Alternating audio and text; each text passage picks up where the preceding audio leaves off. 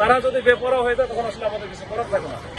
যতটুকু জেনেছি যে প্রেস ক্লাবের সামনে অবস্থান করতেছিল যে বেসরকারি শিক্ষক নিবন্ধন পরীক্ষায় যারা উত্তীর্ণ হয়েছে 17তম নিবন্ধনধারী, তো ওনাদের কিন্তু আমি 5 জনকে সচিবালয়ে পাঠাইছিল। যে সচিবালয়ে ওনারা গিয়ে সংশ্লিষ্ট দপ্তরে গিয়ে কথা বলে তাদের বিষয়গুলো আপডেটগুলো জেনে আসুন। তো তাদের এই 5 জন গেছে, যাওয়ার পরে ওই 5 জন মনে হয় ওইখানে তারা এরকম বলছে যে এরকম তারা এখানে সমাধান না হওয়া পর্যন্ত ওখান থেকে যাবে না, তারা এর বাইরে আর কোনো সুযোগ নেই। এখানে হয়তো ওরাই ওখান থেকে ফোন দিচ্ছে এখানে যে আলোচনা করে লাভ নাই, আমরা সমাধান নিয়ে যাব। তখন এরা এখানে উত্তেজিত হয়েছে যে তাদেরকে সমাধান হবে না, জাস্ট খালি কথার জন্য ডাকছে।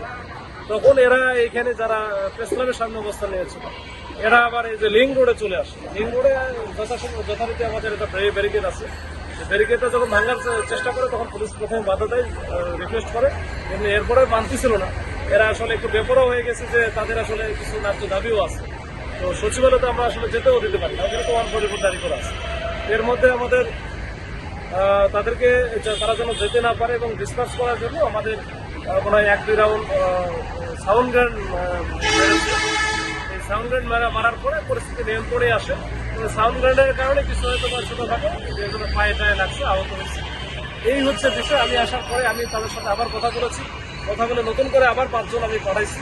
এখন দেখি ওরা কথা বলে আসুক সংশ্লিষ্ট দপ্তরে।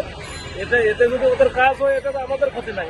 আমরা চাই যে আলোচনার মাধ্যমে সমাধান হবে, যেন আমাদের সাথে বা তারা যেন কোনো হয় রাস্তাঘাটে বা কোনো জনদুর্ভোগ সৃষ্টি করে এরকম জায়গায়, অথবা যে সচিবালয়ের মতো বা যমুনার মতো জায়গায় যেন তারা না যায়। আলোচনা করি, আলোচনাতে আমরা সবসময় পথগুলো খোলা রেখেছি এবং এতে আমরা যত সহযোগিতা করা দরকার আমরা করতেছি এবং করবো ইনশাল্লাহ। কিন্তু তারা যদি বেপরোয়া হয়ে যায় তখন আসলে আমাদের কিছু করার থাকে না। তো এটা আমাদের স্ট্যান্ড হচ্ছে, কোনোভাবে আমরা আর সচিবালয়ের মুখে বা যমুনার দিকে অথবা রাস্তাঘাট বন্ধ করতে আমরা দিতে চাই, দিব না।